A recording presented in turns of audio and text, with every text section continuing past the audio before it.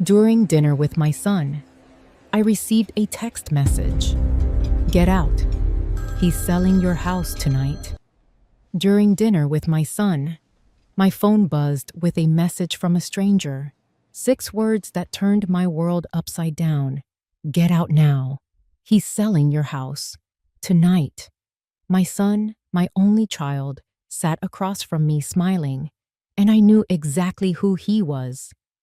Before we continue, please subscribe to the channel and let us know where you are listening in the comments. The lights from the yachts at the Seattle harbor glittered through the restaurant's floor-to-ceiling windows, casting a fake, shimmering piece across our table. It was just past 7. The air smelled of salt and money. In front of me, a half-dozen oysters glistened on a bed of ice. I picked up the small silver fork, preparing to pry one loose from its shell. It was supposed to be a nice evening, a chance to reconnect. Across the white tablecloth, my son, Evan, sat beside a man named Carter Lawson. Evan had called him his new business partner. I just saw a shark in a $1,000 suit. Carter's smile was too smooth, too practiced. Evan's was strained. He kept adjusting his tie and wouldn't quite meet my eyes. Carter slid a sleek iPad across the table, placing it next to the bottle of chilled white wine. The screen was dark. I've prepared a few documents for you to look over, Marjorie. Just for convenience, Carter said, his voice like polished stone. Digital age, everything needs to be fast. Evan nodded quickly, a puppet on a string. That's right, Mom. Just a quick look so we don't waste anyone's time later. Waste whose time? The question formed in my mind, sharp and cold. But before I could ask, my phone, resting by my plate, gave a soft buzz, a text message. I glanced down, my annoyance momentarily shifting. It was an unknown number. My thumb swiped the screen open. Get out now. He's selling your house. Tonight. The words didn't register at first. They were just black letters on a white screen. Then I saw the attachment below it. A picture. I tapped it open. It was a screenshot of a DocuSign page. The digital letterhead was stark and official. And there, under the heading Prepared For, was my name, Marjorie Hale. Below it, my address. The address of the Queen Anne house I had lived in for 50 years. The house my husband and I had built our lives in. The house where I had raised Evan. My name was already typed into the signature field, waiting for a final binding click. The silver fork in my hand froze mid-air. It slipped from my numb fingers, hitting the porcelain plate with a tiny, sharp clink. The sound was deafening in the sudden silence of my world. I felt the blood drain from my face, a cold tide pulling away from my skin, leaving me hollow.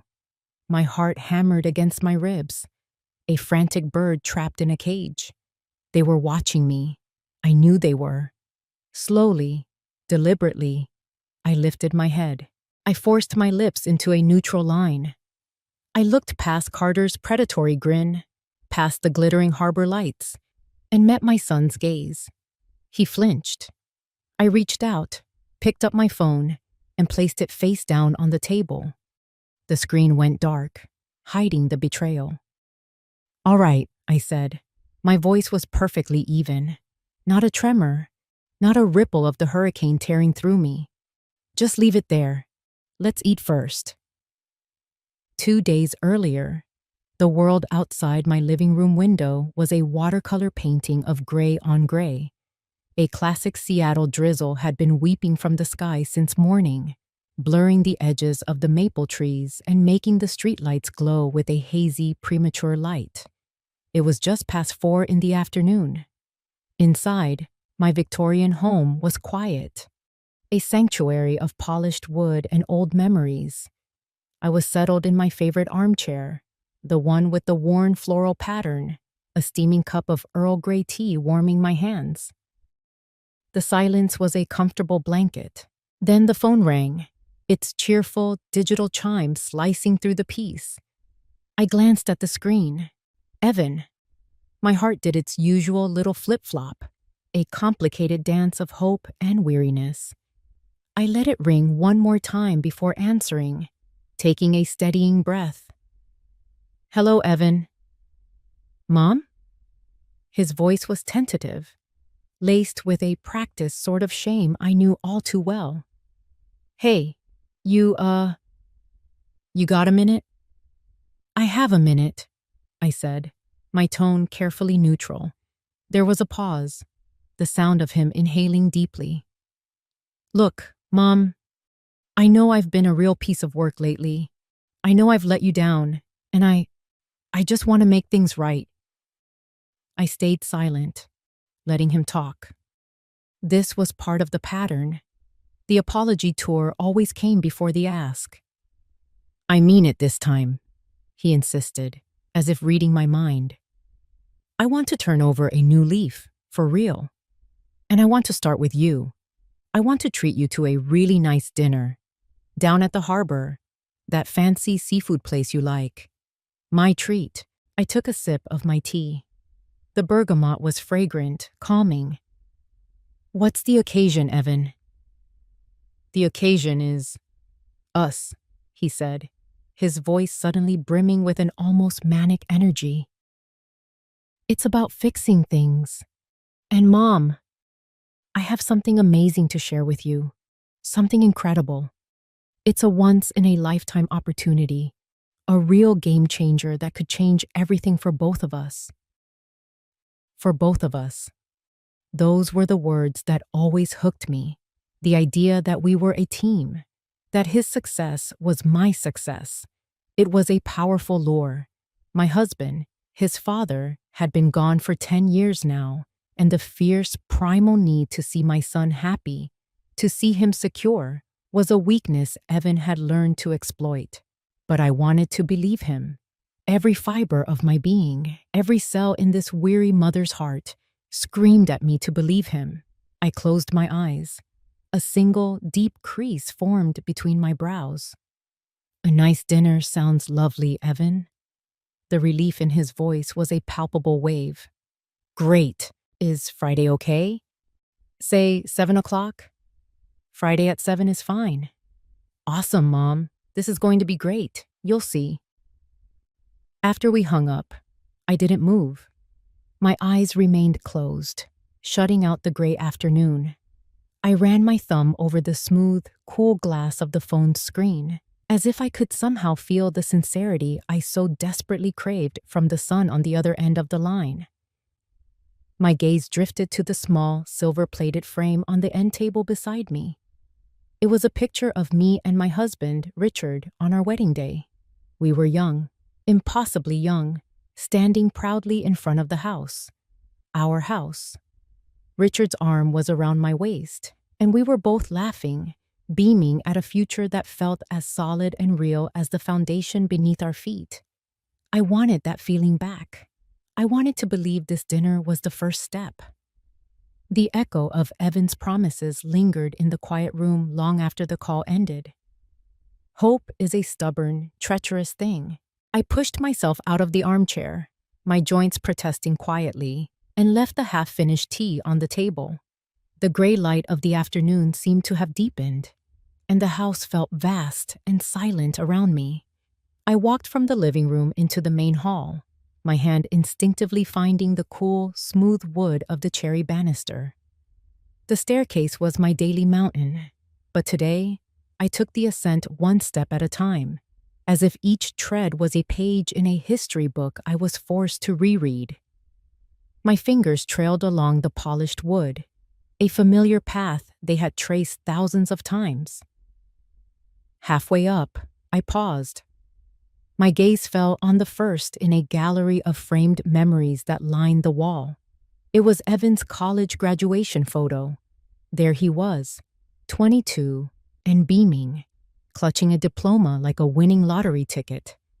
His eyes, so much like his father's, were bright with unfiltered optimism. We had been so proud, so certain he had the world at his feet. A pang of an old familiar ache resonated in my chest.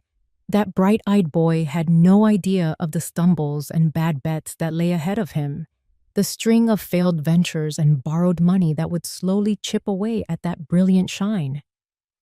I moved up another few steps and stopped again. A family camping trip from when Evan was 10.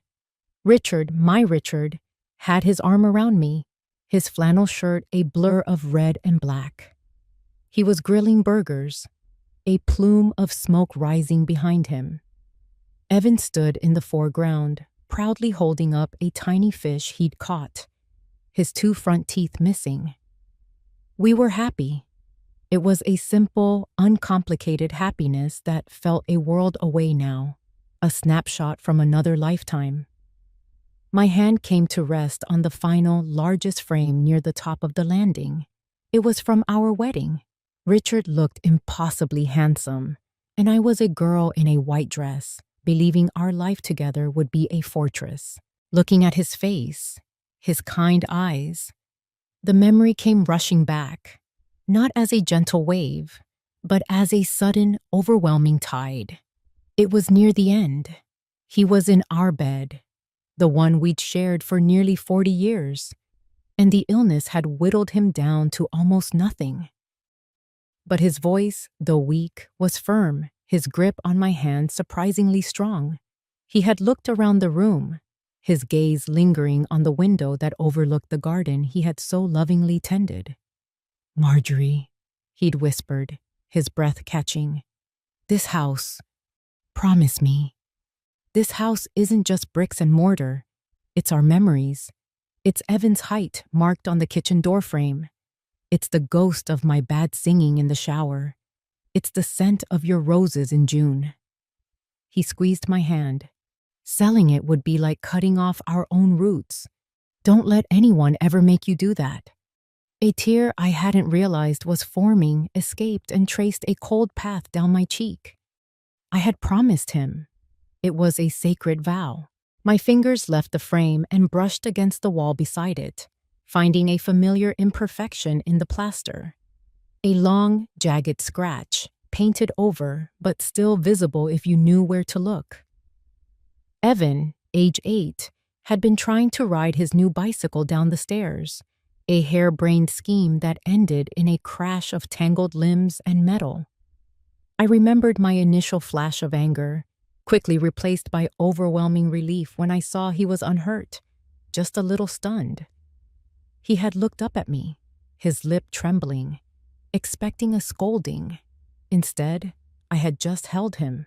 I smiled now, a sad, wistful smile. The house held it all, the triumphs, the heartbreaks, the laughter and the scars. It was the only thing that had remained constant. It had held us, protected us. It was our roots, and I was going to have dinner with the son who now wanted to change everything. The restaurant was called the Salty Anchor, and it stood like a glass jewel on the edge of Pier 57.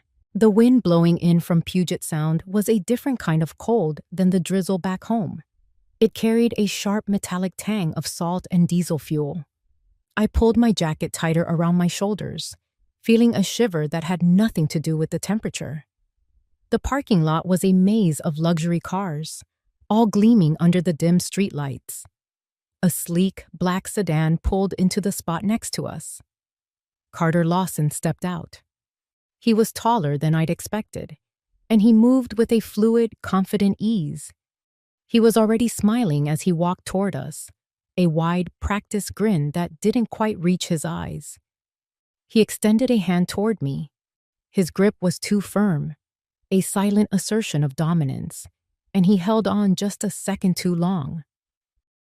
"Marjorie, it's a real pleasure to finally meet you," he said, his voice as smooth as his smile. "Evan has told me so much about you." Evan stood beside him, fidgeting. He looked like a man trying to play a role he hadn't fully memorized.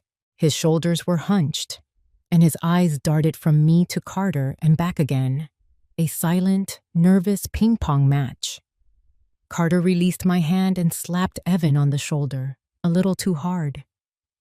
I really admire Evan, he said, turning his attention back to me. The guy has a real head for finance, a born risk taker. You'll be proud of him soon, Marjorie. I politely but firmly withdrew my hand. The warmth was gone, replaced by a cold knot of suspicion in my stomach. Hello, Mr. Lawson, I replied, my voice steady. Evan doesn't often talk about his friends. It was a small barb, delivered without malice, but it landed with the desired effect. Evan's face flushed. Carter's smile didn't falter, but something in his eyes shifted. A flicker of annoyance, quickly masked. He had clearly expected a different, more deferential response from me. But it was Evan's eyes that held my attention. As Carter spoke, building him up in my presence, I saw it. A look of complete dependency, a desperate need for approval. Evan wasn't a partner in this venture. He was a subordinate, a tool, a boy looking to his master. Even worse, there was a flash of something that looked a lot like fear. My mother's intuition, a sense that had been dulled by years of false alarms and forgiving too much, suddenly snapped back to life. It was a cold, clear certainty. The alarm bells weren't ringing. They were deafening. Whatever was happening tonight, it wasn't about fixing things. It wasn't about a son wanting to make his mother proud. It was about a desperate man, an opportunity, and a powerful predator. And the predator was watching me. I took a breath and forced a small, polite smile. Shall we go in? It's getting a bit chilly out here. We were seated at a corner table, the city lights a glittering backdrop to the unfolding drama. A young waitress placed a platter of appetizers between us, seared scallops and calamari. The initial pleasantries had evaporated, leaving a tense silence that the cheerful clinking of silverware couldn't quite fill. Evan picked at a scallop, pushing it around his plate. Carter sipped his wine, watching me over the rim of his glass with an unblinking, reptilian gaze. They were laying the groundwork, and I decided to let them. Evan was the one to break the silence, just as I knew he would be. He cleared his throat. You know, Mom, he began, his tone artificially casual. Real estate prices in Queen Anne are just crazy high these days. I was looking online. I heard our house could be worth over $2 million now. Can you believe that? He said it like he was sharing a fun fact, but it was a key turning in a lock. It was the opening line of a well-rehearsed play. Right on cue, Carter leaned forward, placing his wine glass down with a soft click. With the market like this, Marjorie, have you ever considered restructuring your assets? He asked, and his voice smooth as silk. Leveraging that equity? A lot of people in your position are cashing out. Think about it. Moving to a first-class assisted living community. No more worrying about roof repairs, yard work, property taxes. Just 24/7 care and a nice fat nest egg to enjoy. The words were slick with poison. People in your position. He made me sound like a decrepit old woman, a burden who couldn't manage her own affairs. He was painting a picture of a gilded cage, trying to sell me on the idea of abandoning my home for a life of managed decline. The alarm bells in my head were no longer just ringing. They were a clanging, deafening siren. This wasn't a suggestion. It was a sales pitch. I kept my face a mask of polite interest. I picked up a piece of calamari with my fork. I'm quite happy where I am, Mr. Lawson. My roses need me. My simple domestic answer seemed to throw them off for a second. Evan jumped back in, his voice a little too eager. Right, of course, Mom. But it's just about being smart with money, he pressed on. Speaking of which, do you still have the mortgage papers? The deed and all that? I was thinking I could take a look, just to see if there's anything we can optimize. Maybe refinance, get a better rate. Just trying to help you save a little money. There it was. The next step. Get the documents. Get control. He made it sound so innocent, so helpful. The son just trying to look out for his aging mother. But I saw right through it. I saw the puppet. And I saw the puppeteer's hands pulling the strings. As if to punctuate Evan's words, Carter reached into his expensive leather briefcase, which had been resting by his chair. He pulled out a thick, crisp white envelope and slid it across the table toward me. It stopped just short of my water glass. My eyes dropped to it. Embossed in neat gold letters on the front were the words, "Proof of funds, Lawson Capital LLC." It was a power play, a vulgar display meant to overwhelm me, to show me the sheer size of the money on the table and make me feel small, to make the deal feel so real, so immediate, that I would be a fool to refuse. I looked at the envelope, then I looked up, meeting Carter's smug gaze, then Evan's anxious one. I didn't touch it. I simply took a slow, deliberate sip of my ice water, letting the silence stretch. I would not take the bait. My excuse of needing the ladies' room was flimsy, but neither Evan nor Carter questioned it. They were too busy watching the untouched envelope on the table, confident their trap was set. I needed a moment. I needed to breathe in air that wasn't thick with betrayal. The restroom was sterile and cold, a shock of bright white tiles and gleaming chrome after the dim, wood-paneled ambiance of the dining room. I gripped the edge of the marble countertop, my knuckles white. My reflection stared back at me, a pale, 75-year-old woman whose eyes held a storm. The words from the text message were seared into my brain. "He's selling your house. Tonight." The DocuSign screenshot was a brand on my memory. I was staring at my own face, but I didn't recognize the person looking back. Who was she? A victim? A fool? The restroom door opened with a soft whoosh, and I flinched. It was the young waitress who had served our appetizers, the one with the kind eyes. She was carrying a small stack of folded hand towels. She glanced toward the stalls, saw they were empty, and then her eyes locked on mine in the mirror. Her professional smile vanished, replaced by a look of genuine alarm. She moved quietly to the sink next to mine, pretending to busy herself with the soap dispenser. "Mrs. Hale?" she whispered, her voice trembling slightly. "It's me, Sienna. Sienna Nguyen. I was in your homeroom in middle school, at Queen Anne Middle." The name clicked, and a fuzzy image of a bright girl with pigtails surfaced from the depths of my memory. My mind, however, was too clouded with the present to grasp onto the past. "Sienna," I repeated, my voice a hoarse whisper. "Ma'am, listen to me," she said, her words a frantic rush. "Please, don't sign anything tonight. I'm so sorry. I wasn't trying to snoop, but I accidentally saw the email on that guy's iPad when he left it open. He has an appointment with an online notary scheduled for 9:30 p.m. She took a shaky breath. And I waited on your son last week. He was with a friend, and I heard him bragging. He said he was about to close a huge deal right at the dinner table and finally get his hands on his inheritance. The word inheritance hit me like a physical blow. I wasn't dead. This wasn't an inheritance. It was theft. Sienna's hand shot out and pressed something into mine. It was a paper napkin, folded into a tight little square. "I wrote it down," she whispered.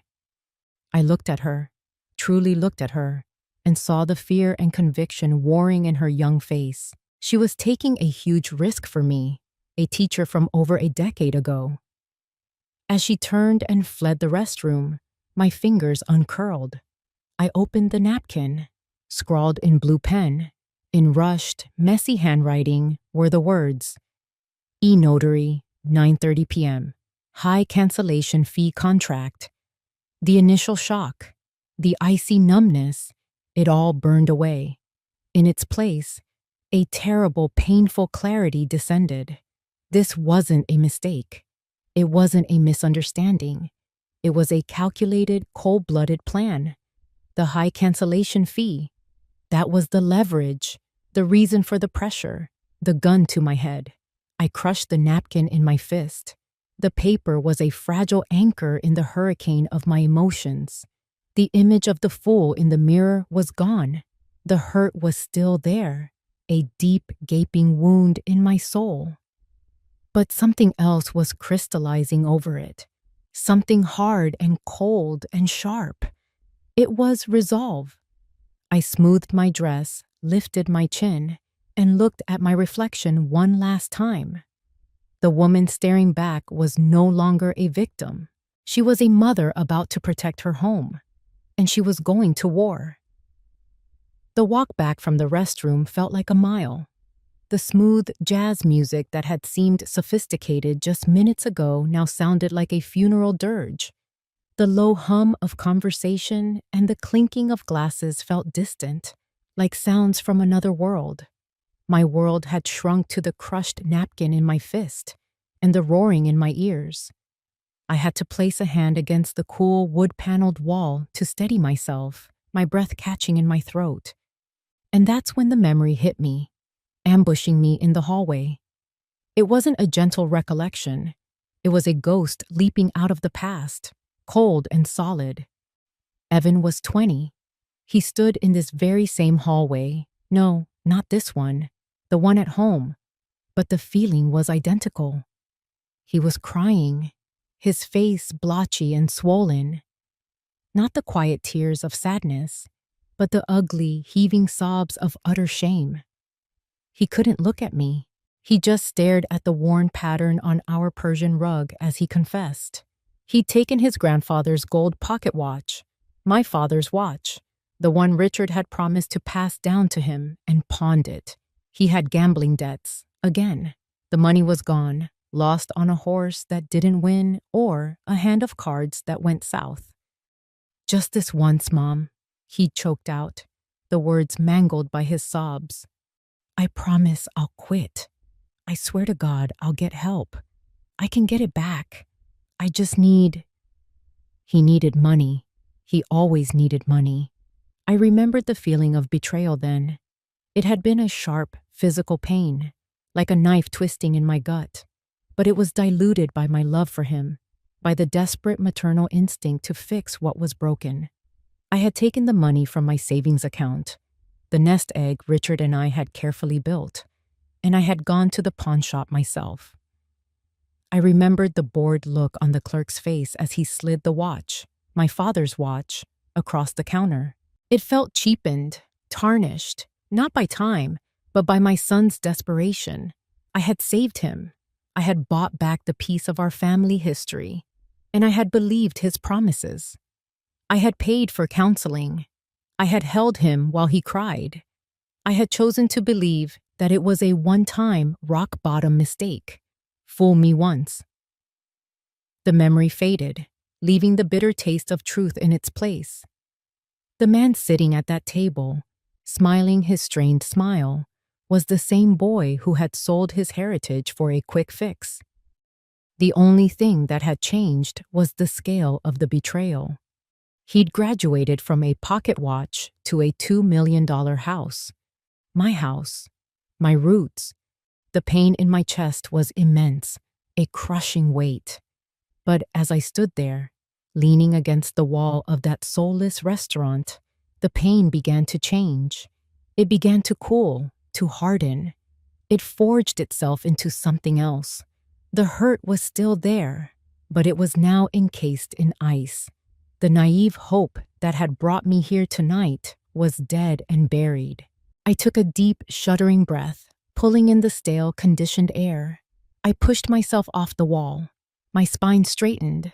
My hand, still clutching Sienna's note, relaxed and then tightened into a fist of pure resolve. History was repeating itself, but this time, the ending would be different. I would not be the savior. I would not be the enabler. I would be the one who finally said, "No more."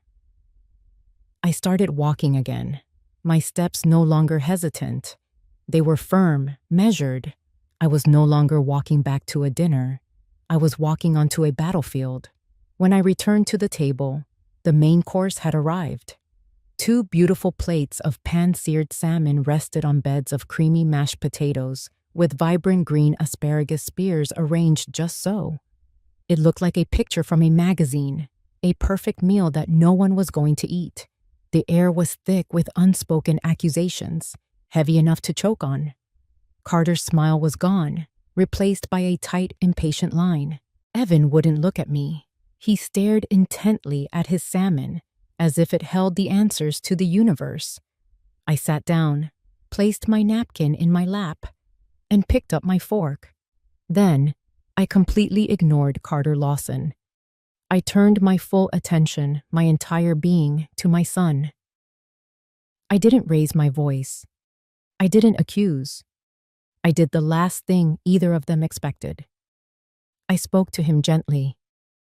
"Evan," I said, my voice soft, almost conversational.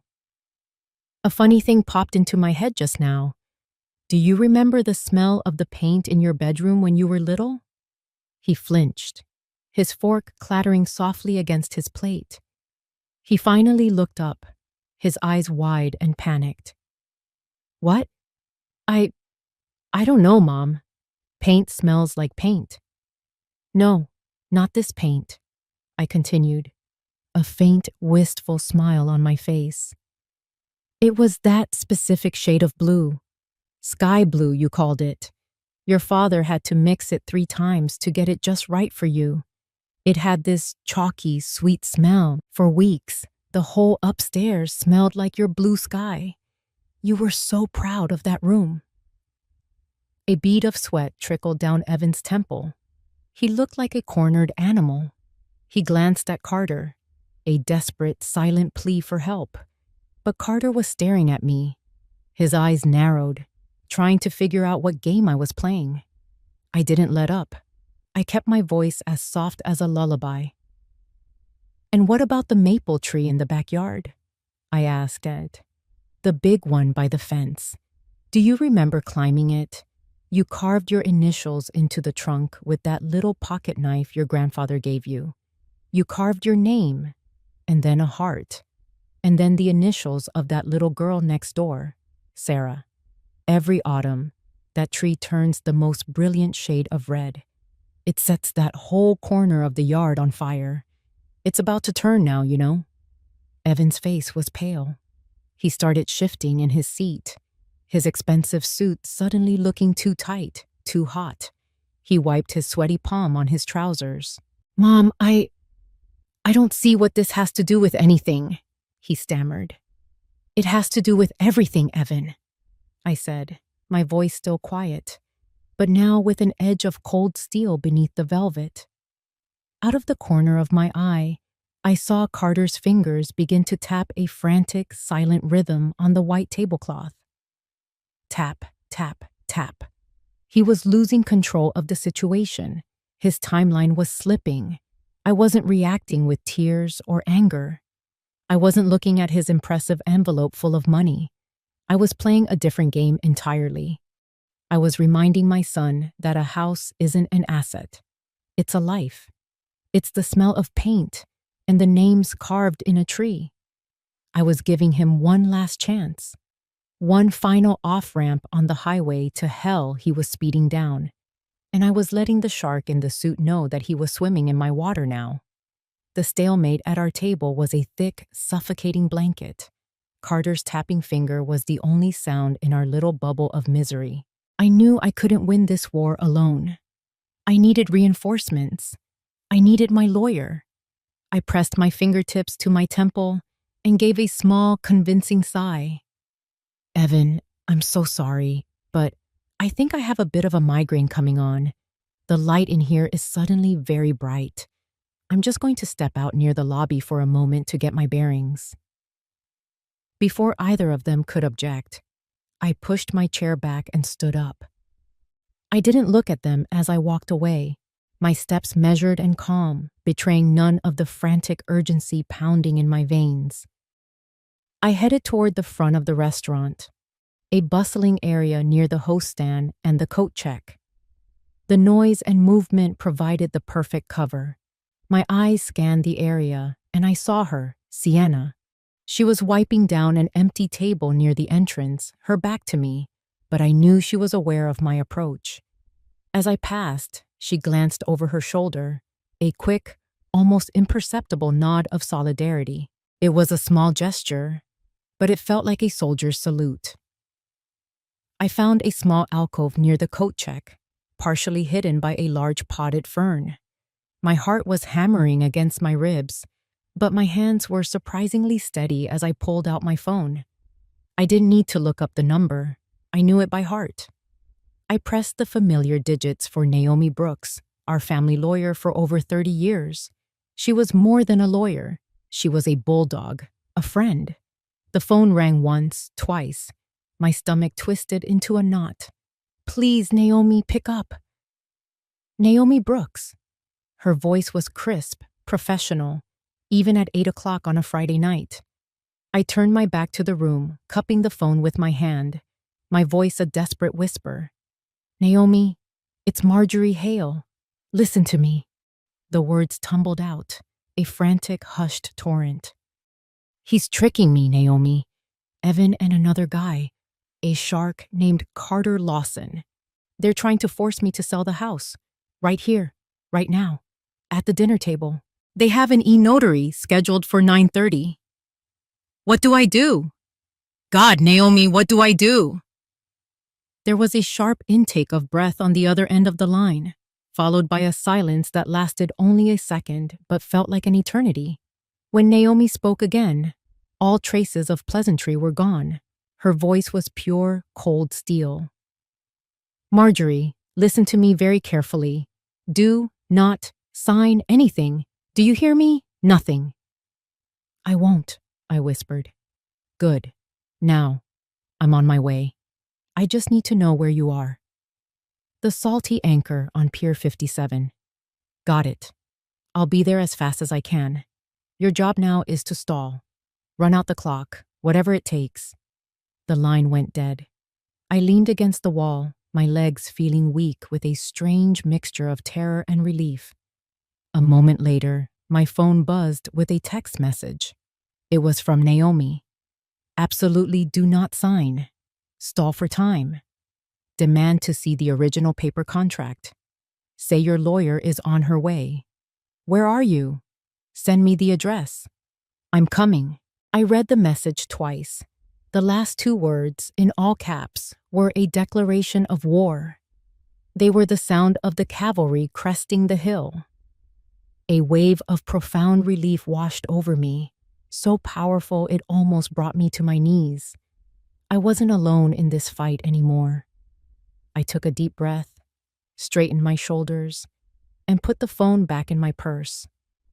The fear was still there, a cold stone in my gut.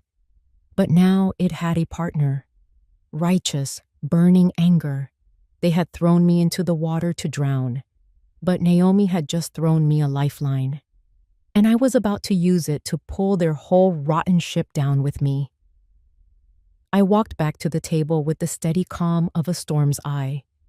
Inside, a tempest of anger and adrenaline was raging, but on the surface, I was placid. I sat down, meeting Carter's glare with a cool indifference. The time for games was over. He had clearly reached the same conclusion. His patience had snapped. With a sharp, aggressive movement, he picked up the iPad and slid it across the table. It stopped directly in front of my plate. On the screen, the DocuSign page glowed, my name a silent accusation in the signature box. "Marjorie, we don't have all night," Carter snapped, his voice losing its silken veneer, revealing the raw, ugly impatience beneath. "The clock is ticking. This is an excellent offer, but it's contingent on closing the deal tonight. It expires at midnight." It was the final push, the classic high-pressure sales tactic, the manufactured deadline, the threat of a lost opportunity. A few minutes ago, it might have rattled me. Now, It was just noise. I looked at the glowing screen. I looked at Carter's hard, predatory face. Then I looked at my son, who was staring at the iPad as if it were a bomb about to detonate. Slowly, deliberately, I placed my hands flat on the table. I pushed the iPad back to the center of the table. A clear, unmistakable rejection. I will not be signing anything on an iPad, I stated, my voice clear and firm, cutting through the tense air. If you want me to consider this offer, I want to see the original paper contract. Every single page. Carter's jaw tightened. That's not how we do business. It's inefficient. It's how I do business, I countered, my gaze unwavering. And furthermore, you won't have to worry about explaining it to me. My lawyer, Miss Naomi Brooks, is on her way here to review it for me. The name hit the table with the force of a gavel. Carter froze. His mask of command finally cracked, revealing a flicker of pure, undiluted panic. Evan, beside him, looked like he'd been shot. His head snapped up, his eyes wide with terror. But I wasn't finished. I saved the final, most devastating blow for my son. I turned my eyes to him, pinning him in his chair with my gaze. I let the silence stretch for a heartbeat, and then I delivered the killing stroke, my voice dropping to a low, lethal calm. Sienna already told me about the 9:30 p.m. appointment with the e-notary Evan. That was it. The final pin pulled from the grenade. The color drained from Evan's face, leaving it a pasty, sickly white. He looked like a ghost. His mouth opened and closed, but no sound came out.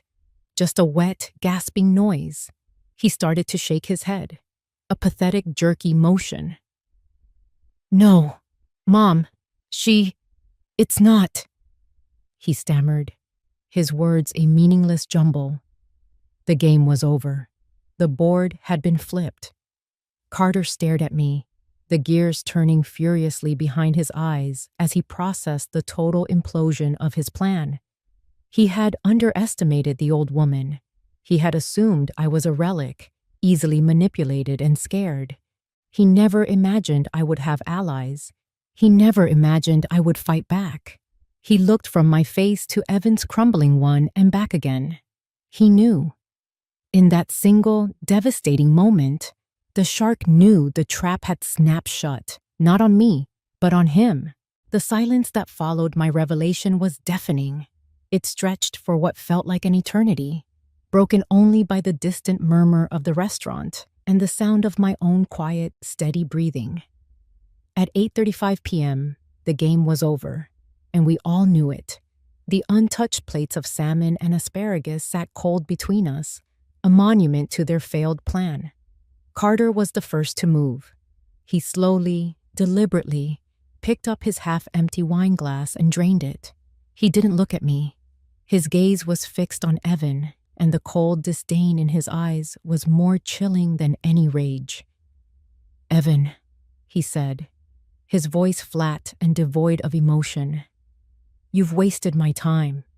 A lot of my time. We're done. He didn't need to say more. It was a verbal execution. The deal was off. The business partnership was a phantom. Evan was a liability, and Carter Lawson had no use for liabilities. He stood up, adjusted the cuffs of his expensive suit, and gave the table a last dismissive glance. He walked away without a backward glance, a shark leaving a carcass in the water. Evan, my son, watched him go. He was a portrait of pathetic desperation. He turned to me, his hands now folded in a pleading gesture. No, Carter, wait. I'll handle it. Please, I'll handle it, he cried out, his voice cracking. Then, his eyes, filled with tears, fell on me. Mom will listen to me. She's just upset. We can still do this. I'll make her see reason. He was still playing the same old tune, the one I had let him play my whole life, the one where he was the hapless victim and I was the one who had to fix everything. I looked at him, truly looked at him, at the man, not the boy. And for the first time in a long time, the maternal instinct to protect him was gone, replaced by a deep, weary finality. I took a breath that was a mixture of sorrow and steel. I've listened to you enough, Evan, for your whole life. My voice was not angry. It was simply a statement of fact. Now I have a job to do, and you have a job to do. I reached into my purse, pulled out my wallet, and counted out a stack of $100 bills. My job is to go home and call my lawyer and get my affairs in order, to make sure you can never do anything like this again. I placed the money on the table. It was more than enough to cover the bill and the uneaten meal. I took an extra bill from the stack and folded it, placing it deliberately on the table with my son's name on it. Then, I pulled out another 100 and placed it next to the money for the bill. It was a generous tip for a very brave waitress. I looked at Evan one last time, my eyes holding his. He was still waiting for me to save him. "And your job," I said, my voice dropping to a final whisper, "is to go home." I stood up. I didn't wait for a response. I turned and walked away from the table, from the mess, from my son. I walked past Sienna, giving her a brief, grateful smile. I walked through the host stand and out into the cold night air. The wind off the water hit me, a refreshing slap of reality. I had come to a dinner of betrayal, but I had left on my own terms. I had lost a son, but I had saved a home. And tonight, for the first time in a long, long time, that felt like a victory. The next morning, the Seattle sky was a wash of pale, indifferent gray. A fine mist hung in the air, clinging to the porch railings and beating on the leaves of my rose bushes. It was quiet, the kind of quiet that follows a storm. I stood on the porch, a mug of coffee clutched in my hands. It had long gone cold. I hadn't slept. How could I? I felt like I had aged a decade overnight. A man I didn't know was kneeling by my front door, the metallic scrape and click of his tools echoing in the damp air. The locksmith. Naomi had arranged for him to come first thing, a necessary precaution. He worked efficiently, his movements precise. He was replacing the heart of my home's security, and all I could feel was a profound sense of violation. This lock wasn't to keep strangers out. It was to keep my own son out. The thought was a fresh stab of pain in a chest already full of wounds. My phone, sitting on the small wicker table beside the porch swing, began to buzz. The screen lit up with a name that made my stomach clench. Evan. I stared at it, my heart a frantic bird against my ribs. A part of me, the foolish mother part that refused to die, wanted to answer, to hear remorse in his voice. But the rest of me, the part that was now cold and hard and clear, knew what I would hear. I let it ring, the buzzing a vicious insect in the morning calm. It rang, and then fell silent. I let out a breath I didn't realize I'd been holding. But then it started again. He was calling back immediately. He wouldn't let it go. With a sense of grim finality, I reached out and answered, putting the phone to my ear without a word. The voice that hit me was not remorseful. It was a torrent of rage and blame. "You ruined everything," he spat, the words sharp and ugly. "That was my one shot, my one chance to finally get ahead, and you blew it. You never trusted me. You never believed in me." The accusations washed over me, but they had lost their power to wound. They were just words now, the desperate tantrum of a man-child who had been denied his prize. I listened to his tirade, my eyes fixed on the locksmith carefully fitting a new brass tumbler into place. When he finally paused to take a breath, I spoke. My voice was quiet, hollowed out, devoid of anger or pity. It was just empty. "It's not that I didn't believe in you, Evan. I said, the words tasting like ash in my mouth. It's that I believed in you too many times. I didn't wait for a response. There was nothing more to say. I pressed the red icon on the screen, ending the call, severing the final frayed thread that connected us. The locksmith stood up, wiping his hands on a rag. All set, ma'am. He held out a small gleaming ring of new keys. I took them from him. The metal was cold and sharp against my palm, the freshly cut edges unfamiliar. They were the keys to my house, my fortress, and my prison. After he left, I sank onto the porch swing, the chain groaning softly under my weight.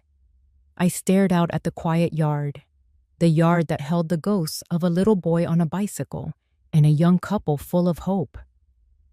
The wind chimes my husband had hung years ago tinkled softly, a gentle metallic whisper. I had saved the house, Richard's house. Our roots were secure, but I knew, with a certainty that was a physical ache in my soul, that I had lost something far more precious in the wreckage of last night's dinner. My phone screen lit up again on the table. A new text message from Evan. I didn't look at it. I didn't have to. I just stared at the empty space where the locksmith's van had been. And for the first time since this nightmare began, I let the tears come. They rolled silently down my cheeks, hot against my cold skin. They weren't tears of relief or of victory. They were tears for the son I had lost, and for the mother who had finally had to let him go. If you enjoyed this story, please like the video, subscribe to the channel, and comment 1 below. If not, feel free to comment 0 so we know and can improve future videos. To hear the next story, click the box on the left. Thank you for watching.